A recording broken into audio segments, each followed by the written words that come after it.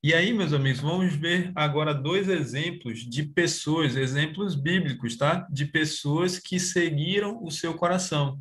Pessoas que, vamos ver na prática isso aqui, ó. Pessoas que, estimuladas pelos demônios, deram mais atenção aos seus sentimentos do que à palavra de Deus, tá? O primeiro exemplo é Salomão, o rei Salomão, filho de Davi, né? Foi rei de Israel. Salomão seguiu o seu coração. Olha só o que diz o livro. Se os cavalheiros se recordam, Salomão, rei de Israel, foi dotado com grande sabedoria e atraiu a atenção de um grande número de poderosos governantes. Você pode ler isso lá em 1 Reis 4, os versos 29 a 34. Ao mesmo tempo, nosso grande mestre ficou preocupado em ver Salomão recebendo toda essa atenção e decidiu fazer um esforço supremo para controlar o mundo inteiro. Até esse ponto, nosso mestre havia conseguido estabelecer a idolatria em todas as partes de Israel. Foi então decidido que certos conselheiros-chefes levariam Salomão a sentir, olha só a palavra, sentir, lembra lá dos sentimentos? Levariam Salomão a sentir orgulho de si mesmo. Então, meus amigos, o que que a Bíblia apresenta na história de Salomão? Salomão, devido à sua grande sabedoria, começou a atrair a atenção de muitos governantes, né, de outras nações. Nós temos o exemplo ali da rainha de Sabá, né, que foi de muito longe para conversar com Salomão. Ela ouviu falar de que havia um rei muito sábio e ela foi até lá. E assim como ela, muitos outros reis fizeram isso. Satanás ficou preocupado com toda essa atenção que as pessoas estavam dando para Salomão, e Salomão era um servo de Deus, né? Ele era um representante de Deus na terra, assim como o povo que ele liderava, né, que era o povo de Israel. E aí Satanás decidiu fazer o quê? Um esforço supremo para controlar o mundo inteiro. Claro, porque se ele conseguisse controlar o povo de Israel, que era a única nação que adorava o Deus verdadeiro, as outras nações eram pagãs, né? Adoravam vários deuses, falsos deuses, né? Então, assim ele conseguiria controlar o mundo inteiro. Diz aí que ele já havia conseguido estabelecer a idolatria em todas as partes de Israel. E aí, qual foi o plano? Ele, é, ele decidiu que alguns conselheiros-chefes, né? Veja, ele não passou a missão para qualquer demônio, ele passou para conselheiros-chefes, e esses demônios deveriam levar Salomão a sentir orgulho de si mesmo. Então, o primeiro ponto aí foi esse, levar Salomão a sentir orgulho de si mesmo. E foi o que realmente aconteceu, né? Satanás conseguiu o êxito nessa sua estratégia, né? Salomão depois passou a sentir orgulho de si mesmo. Isso trouxe muitos problemas para Salomão, ele se afastou de Deus, né? E por pouco não perdeu a salvação. Já no final da vida ele volta para Deus. Vamos lá, mas o plano não parou por aí, tem uma segunda parte, ó. Em segundo lugar, eles o levariam a sentir-se fortemente impressionado em nome dos melhores interesses da nação a estabelecer alianças com as nações ao seu redor.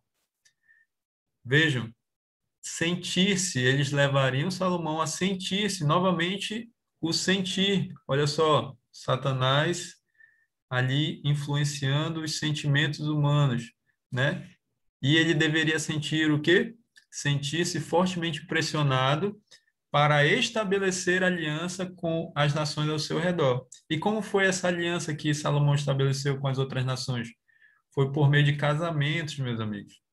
E aí não foi à toa que Salomão teve 1.000 mulheres. Eu acho que ninguém bateu nesse recorde de Salomão. Ele tinha 300 mulheres, 700 mulheres e 300 concubinas. E isso Salomão fez com que objetivo? Em nome dos melhores interesses da nação. Olha, já que nós somos os representantes de Deus na terra, nós temos que fazer alianças com outros povos, com outras nações, para que esses povos conheçam o Deus verdadeiro. E isso foi o que Salomão sentiu, meus amigos. Só que o que diz a palavra de Deus? A palavra de Deus diz que o povo de Israel não deveria se casar com mulheres de outras nações, nações pagãs. Isso está na Bíblia. Mas o que Satanás conseguiu? Conseguiu levar Salomão a ouvir os seus sentimentos ou o seu coração, né, como as pessoas falam, como a gente fala. E em vez, né, dele ouvir a palavra de Deus, o assim diz o Senhor, que era muito claro: não case com mulheres de outras nações. E aí, meus amigos, Salomão ouviu os seus sentimentos, casou com esse tanto de mulheres, a maioria princesas, né, de outras nações. E aí o que aconteceu? Salomão conseguiu revelar o Deus verdadeiro para essas mulheres e para a nação delas, para as nações delas? Não, foi o contrário, foi elas que conseguiram puxar Salomão pro lado delas, né, para a idolatria. Olha só o que aconteceu.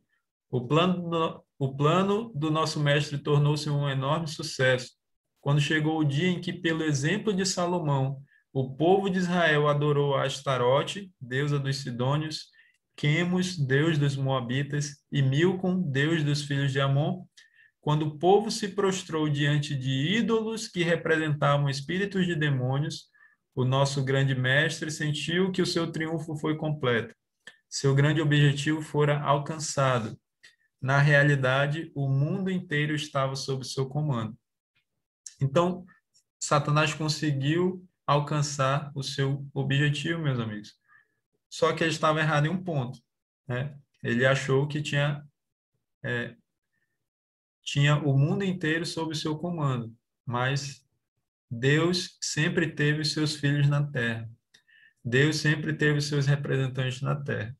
Então, Satanás não conseguiu ter, em nenhum momento da história da Terra, ele não conseguiu ter o domínio, né, sobre todo o ser humano. Sempre teve filhos de Deus na Terra. E aí, meus amigos, então, olha só, pelo exemplo de Salomão, que era o rei de Israel, e é claro que o rei tinha grande influência sobre o seu povo, né? Então, pelo exemplo dele, como ele passou a prática da idolatria, né, a adorar os deuses dessas mulheres com quem ele casou, o povo de Israel fez a mesma coisa. E olha só que interessante, é quando diz que esses deuses ali, né, eles representavam o quê? Eles representavam espíritos de demônios. Então, cada deus das nações antigas, né, cada ídolo, eles representam um demônio, tá? E a mesma coisa acontece hoje, meus amigos. Quando as pessoas adoram ídolos, isso pode ser outras pessoas. Os ídolos hoje dificilmente não são mais como esses de antigamente, né, que eram imagens ali, estátuas, enfim. Mas qualquer coisa que a gente coloque em primeiro lugar na nossa vida são ídolos também para nós, né? São deuses para nós. E aí quando nós adoramos esses deuses, esses ídolos, né, que nós colocamos na nossa vida, nós estamos adorando demônios também, tá? Eu espero que não seja o meu, né, não seja o seu caso, mas nós temos que analisar a nossa vida. Então, meus amigos, vimos aí o exemplo de Salomão, como Satanás influenciou os sentimentos de Salomão para que ele se afastasse completamente de Deus. E como eu falei, já no final da vida, já idoso, foi quando Salomão voltou para Deus. Que bom, né? Graças a Deus por isso.